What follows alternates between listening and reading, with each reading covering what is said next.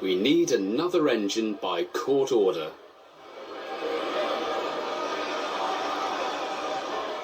The thin git sat in his office at the big fat station, looking through brochures for engine retailers. A hard job with all the noise outside. The passengers were angry, and the man running the pitchfork stall was making a fortune. The station master came in, his clothes in tatters thanks to the baying mob. "There's trouble in the shed, sir," he proclaimed. "Bowler is sulking, there's no train, and the passengers are saying this is a bad railway." "Sounds like a regular Monday to me," grumbled the thin git. "And bugger off. I'm deliberating." "But, sir," said the station master, "it's a protest. The big diesels say they're exacting their engine rights." The thin git leapt to his feet when he heard that. "Engine rights indeed," he said. "We cannot allow that." The thin git raced to the sheds immediately. He found Spam Can, Bowler and old Stuck-Up looking very cross. "All right, get those wheels moving, Bowler," he scolded. "It's time your train was ready." "Bowler's not going," said old Stuck-Up firmly. "We won't have any women in our workplace. We are important, and very masculine, diesel engines. You buy a female locomotive, and it'll be all pink frills and doilies around here forever. Diesel engines don't do unisex." "Oh, indeed," said the thin git.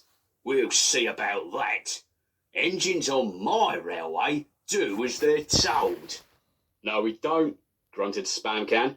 "That's why we're having this argument, you git." "Less of that lip, you," snapped the controller. "This railway's in enough trouble as it is. You're going to work today whether you like it or not." And he stormed away to find Derek. "The yard just hasn't been the same since those bloody media folk came by," he thought bitterly. Derek was in the goods yard. He had just received his second overhaul in a week and was about to do some shunting. "Leave those trucks there, Derek," said the thin git. "I want you to bust up some hippies for me at the sheds." "Thank you, sir. That will be a nice change." "That's a good henchman," said the controller. "Off you go, then." So Derek dragged each of the 3 engines from the sheds, and that day the trains ran as usual, all 20 to 30 minutes late. This morning in the yard, Derek looked unhappy. Spam Can came rumbling by, venting noxious gases rudely. "Good God!" exclaimed the thin git. "What a pong!" "They all fart in my general direction, sir," answered Derek. "They say diesel engines don't do unisex, and last night they said I have pink wheels. I haven't, have I, sir?" "Well, actually, I think you do," said the thin git, taking a closer look. Yes, one of their drivers probably did that, the little bastards. Well, that's not important right now. We need a female engine here, and I'm getting one today whether they like it or not. The fate of the railway depends on it." "Sir," said Derek, "is it wrong that I really like my wheels like this?" "Yes, it is," said the thin git bluntly. Later that day, he went to a workshop, and they showed him all sorts of engines, but they were all too expensive, so he went somewhere a little more affordable.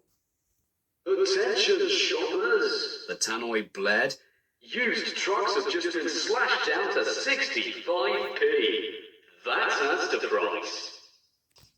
The thin git roamed the store, searching for the engine he so desperately desired.